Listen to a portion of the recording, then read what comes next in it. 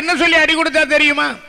அப்பன் இல்லாத பட்டி மக்கள் சொல்லி அவர் அடி கொடுத்தார். சரி, அடிய வாங்கிட்டு வந்தா தாரதன் தாயிடத்துல வந்து கேக்குறான், அம்மா என்னப்பா எங்க அப்பா யாருமா சொல்லுங்க. என்னையா சொல்ற சண்டத்தி? வார்த்தை கேட்ட சண்டத்தி என்ன சொன்னா தெரியுமா?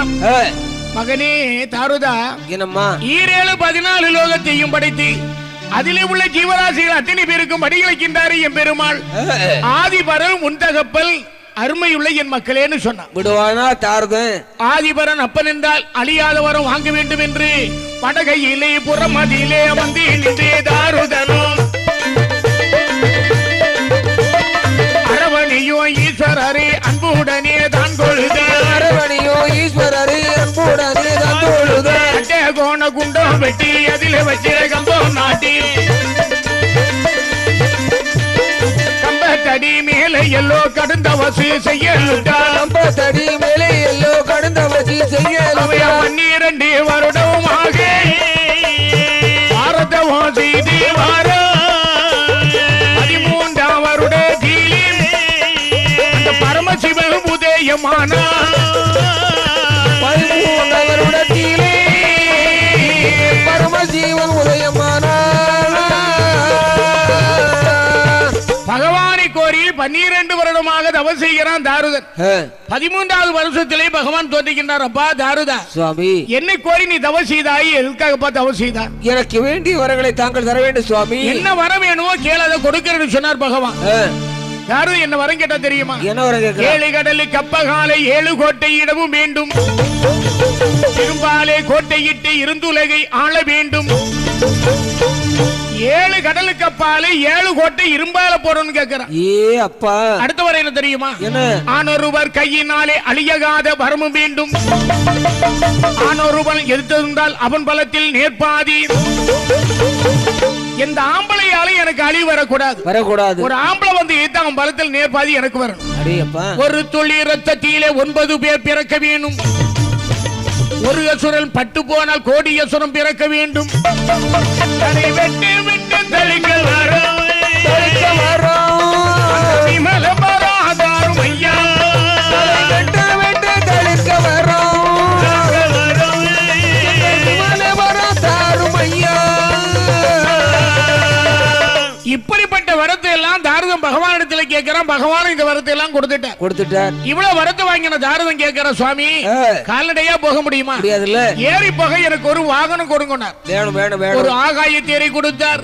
அந்த தேரில் ஏறி தாரதம் எப்படி வரான் பாரு. வெற்றியுடன் தேரேறி வெற்றியுடன் தேரேறி வெற்றியுடன் தேரேறி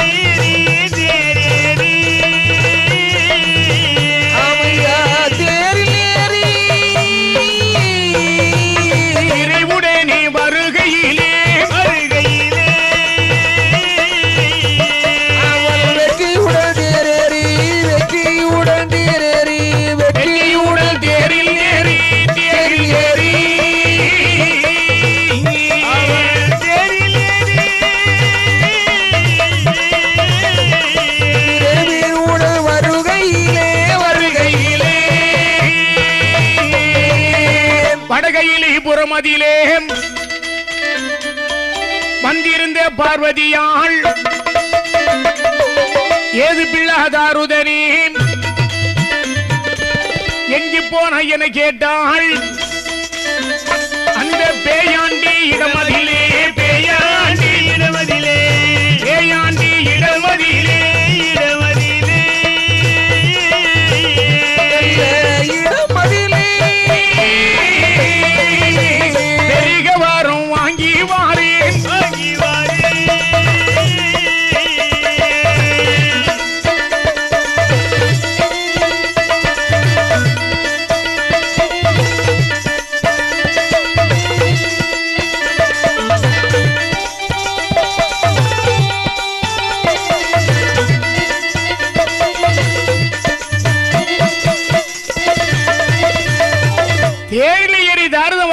கைலாசபுரத்தில் இருக்கின்றால் அம்மை பார்வதி கையை தட்டி தாரதனை அழைத்தார். அப்பா தாரதா இங்க வா. என்ன ரதத்தை நிறுத்தின உடனே அம்மா கேக்குறா, தாரதா இவ்வளவு வேகமா போறியே, எங்கப்பா போயிட்டு போற? இது என்ன அவசரமான கேள்வியாக இருக்கிறது.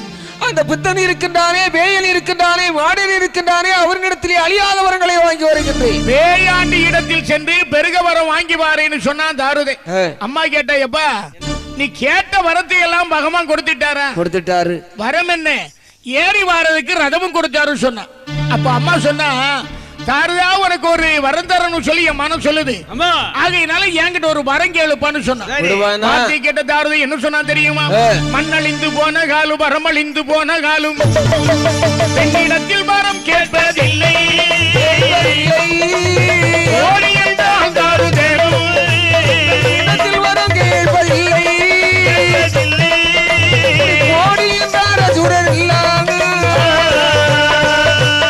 என்ன சொன்னா தெரியுமா தாருதே? மண்ணழிந்து போய்விட்டாலும் சரி, வாங்கி விட்டு வரக்கூடிய வரமழிந்து போய்விட்டாலும் சரி, ஒரு பெண்ணிடத்துல போய் வரம் கேட்க மாட்டேன் போடின்னு சொன்னான். அந்த வார்த்தை கேட்ட உடனே அம்மா மறுசாபை எப்படி கொடுக்கற பாருங்க. என் சண்டாள பாவி, என்ன பார்த்து நீ பெண்ணு சொன்ன காரணத்தினால என்ன போல பெண்ணோரு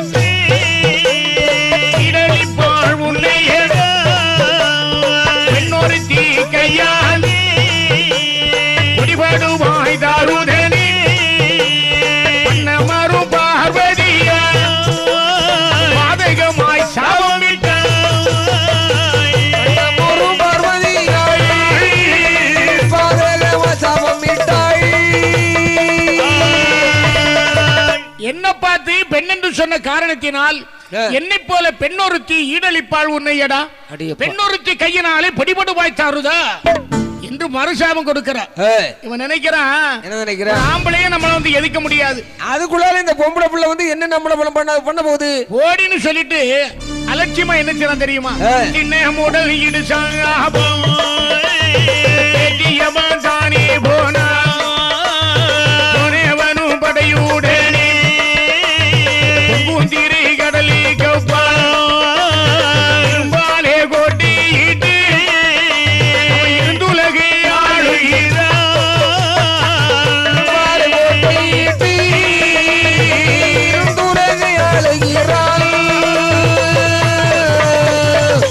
ஏழு கடலுக்கு அப்பாலே வந்து இரும்பாலை 7 கோட்டையை போட்டு தாருதன் அழகாக வந்து நாட்டை ஆண்டு வரக்கூடிய நேரத்தில் நினைக்கிறான். பார்வதி அம்மா கொடுத்தாலே சாபம், மாதுமையால் சாபம் மதால் தானவனும் பதறி,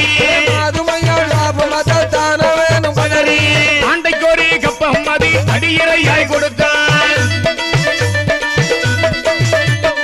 இப்படியே பல நாளாய் கொடுத்து வரும் நாளில் அரும்பாவி தாருதனுக்கு அழிவு வரும் காலம்.